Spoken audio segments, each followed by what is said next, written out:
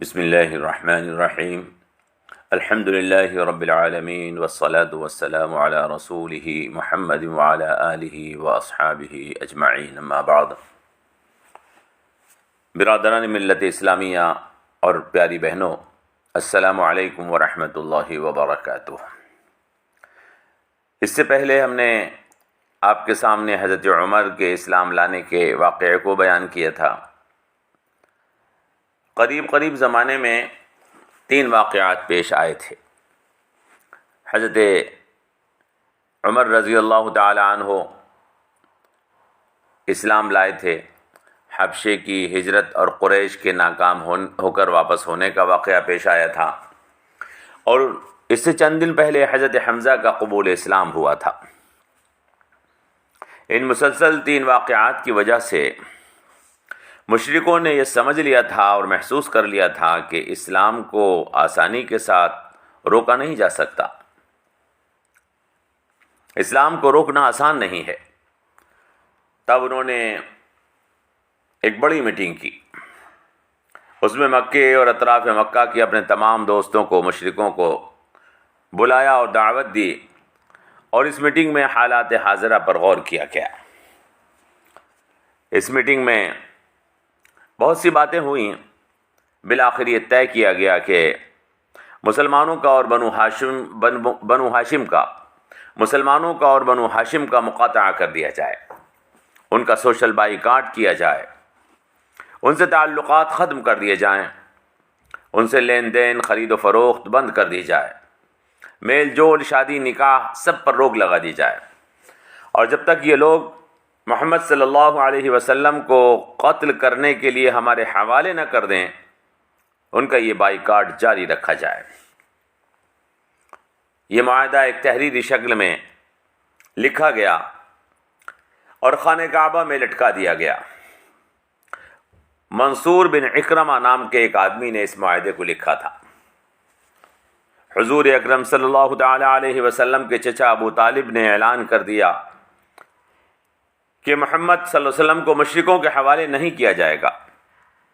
بنو ہاشم اور بنو عبد المطلب نے آپ کا ساتھ دیا۔ ان میں مسلمان بھی تھے اور غیر مسلم بھی تھے، جنہوں نے ابھی تک اسلام قبول نہیں کیا تھا۔ صرف ابو لہب تھا بنو ہاشم کا، جس نے اس معاہدے میں اپنے خاندان کے ساتھ شرکت سے انکار کیا اور وہ مشرکوں کے ساتھ چلا گیا۔ حضور اکرم صلی اللہ تعالی علیہ وسلم کے خاندان کے وہ لوگ بھی جو مسلمان نہیں ہوئے تھے، اس وقت حضور کے ساتھ تھے، سوائے ابو لہب کے۔ وہ حضور کا سگا چچا تھا۔ 3 سال تک یہ معاہدہ نافذ رہا۔ اسی کو مقاطعہ کہتے ہیں، سوشل بائیکاٹ۔ مسلمانوں سے شادی بیاہ، کاروبار، تجارت، خرید و فروخت سب بند کر دیا گیا۔ حضور کو اور تمام حضور کے خاندان بنو ہاشم، بنو عبد المطلب کو مکے سے باہر شعب ابی طالب کے اندر جانا پڑا۔ حضرت ابو طالب پورے خاندان اور قبیلے کے ساتھ مکے سے باہر تشریف لے گئے۔ شعب ابی طالب ایک جگہ تھی جس کے وہ مالک تھے، سب کو اسی جگہ میں لے گئے۔ مسلمان سخت پریشان رہے۔ 30 سال تک مسلمانوں کی حالت نہایت ہی تکلیف میں گزری۔ بچے بھوک سے تل ملاتے تھے، عورتیں اور بوڑھے بھوک سے تڑپ رہے تھے۔ مسلمان سوکھے پتے، پیڑ کی چھال، حتیٰ کہ چمڑے تک پکا پکا کر کھا لیتے تھے۔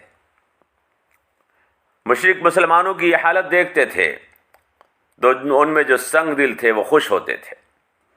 انسانیت اور رحم دلی گویا ان کے دلوں سے ختم ہو چکی تھی۔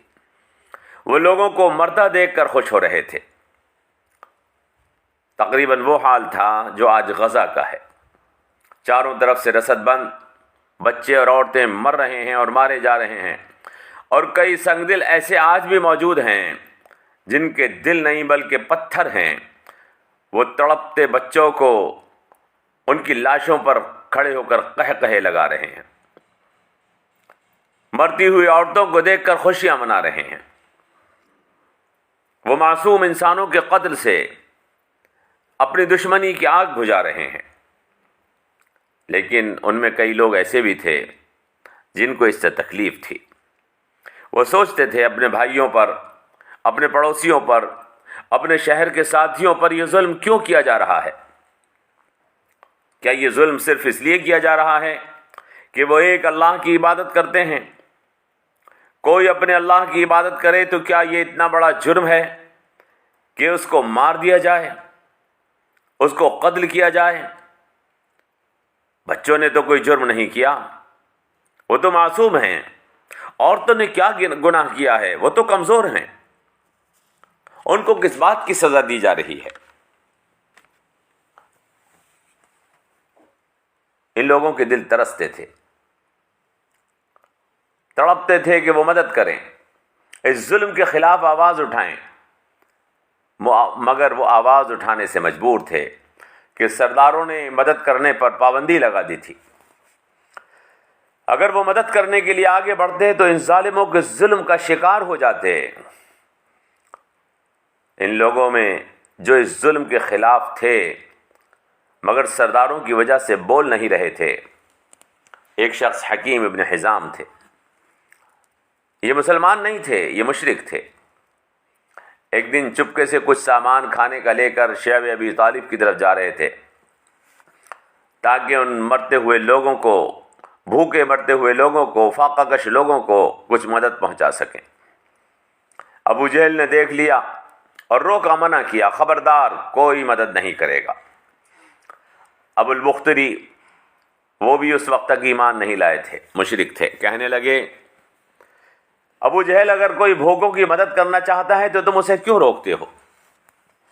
ابو جہل کی ان سے لڑائی ہوئی مگر اس نے سامان جانے نہیں دیا۔ ایک دوسرے شخص تھے جو اس ظلم کے خلاف تھے، ہشام ابن عمرو، یہ بھی اس وقت تک مشرک ہی تھے۔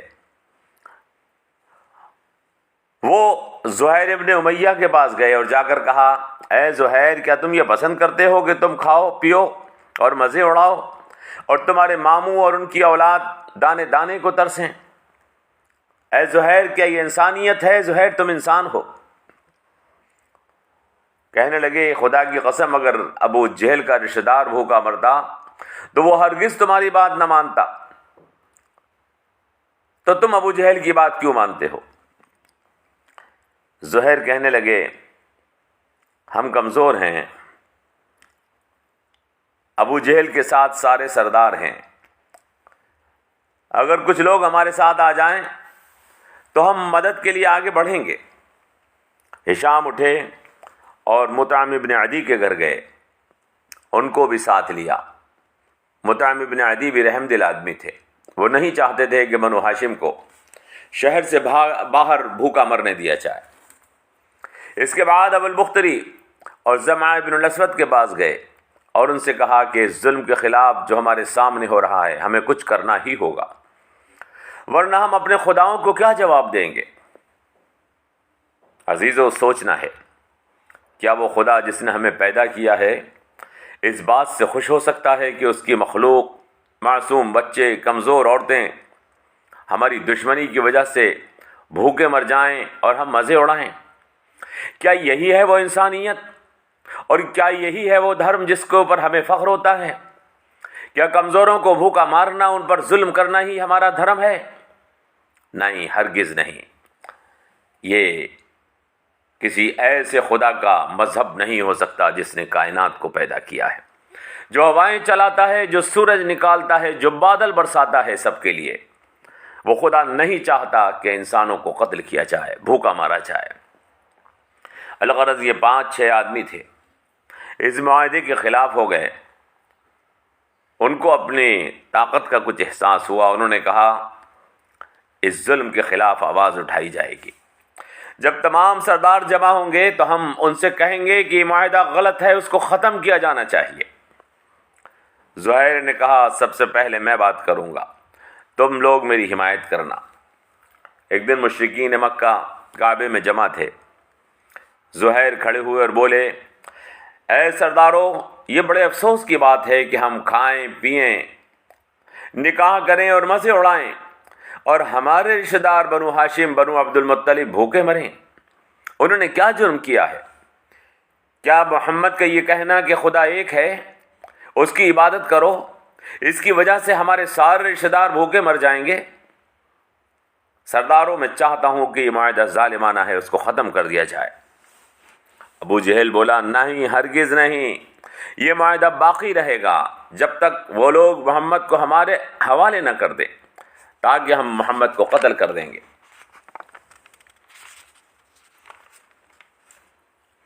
زمع ابن الاسود نے کہا نہیں، خدا کی قسم، اس بات کی سزا کہ محمد نے کہا ایک اللہ کی عبادت کرو، ان معصوم بچوں کو اور کمزور عورتوں کو نہیں دی جا سکتی۔ ہمارا مذہب ہمیں اس ظلم کی اجازت نہیں دیتا، ہمارے خدا ہمیں اس ظلم کی اجازت نہیں دیتے، خدا کی قسم یہ معاہدہ ختم ہو جانا چاہیے۔ ابو البختری نے آواز میں آواز ملائی، زمع سچ کہتا ہے، اب یہ معاہدہ ختم ہونا ہے۔ ہم تو اس وقت بھی اس سے راضی نہ تھے جب یہ معاہدہ کیا جا رہا تھا۔ مطعم نے بھی کہا ہاں، ہمارے اوپر یہ معاہدہ زبردستی لگا دیا گیا تھا، ہم نہ تو اس سے پہلے راضی تھے نہ آج راضی ہیں، اس معاہدے کو ختم ہونا چاہیے۔ پھر ہشام نے کھڑے ہو کر کہا کہ مطعم نے صحیح کہا ہے، ہم ان کے ساتھ ہیں۔ ابو جہل اور دوسرے سردار حیران تھے کہ آج یہ اچانک کیا ہو رہا ہے، معاہدے کے خلاف اتنی آوازیں کیوں اٹھ رہی ہیں؟ ابو جہل بولا مجھے لگتا ہے تم لوگوں نے رات میں یہ بات طے کر لی تھی کہ اس کی مخالفت کی جائے گی۔ یہ سارے واقعات کی تفصیل تاریخ طبری میں موجود ہے۔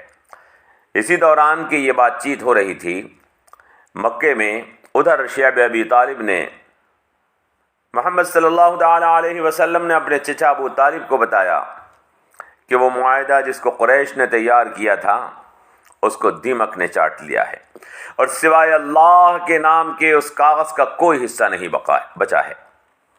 ابو طالب نے یہ بات قریش مکہ کو بتا دی۔ قریش نے ابو طالب سے جو مسلمان نہیں تھے یوں کہا کہ اگر تمہارے بھتیجے کی بات سچ نکلی تو ہم یہ معاہدہ ختم کر دیں گے۔ ابو طالب نے کہا تو سنو، میرے بھتیجے نے کبھی کوئی بات غلط نہیں بتائی ہے، اگر اس کی بات غلط نکلی تو میں اس کو تمہارے حوالے کر دوں گا، پھر تم جو چاہے اس کے ساتھ کرنا، قتل کرنا، جو چاہے کرنا۔ دوسرے سردار کہنے لگے کہ ابو طالب نے حق اور انصاف کی بات کہی ہے، اگر محمد کی بات سچ نکلی تو معاہدہ ختم ہوگا، اور اگر معاہدے کا کاغذ صحیح سالم باقی ہے تو ابو طالب محمد کو ہمارے حوالے کر دیں گے۔ کعبہ کھولا گیا، معاہدے کا کاغذ منگایا گیا تو دیکھا گیا کہ واقعی سوائے اللہ کے نام کے معاہدے کے تمام کاغذ کو دیمک نے چاٹ لیا تھا۔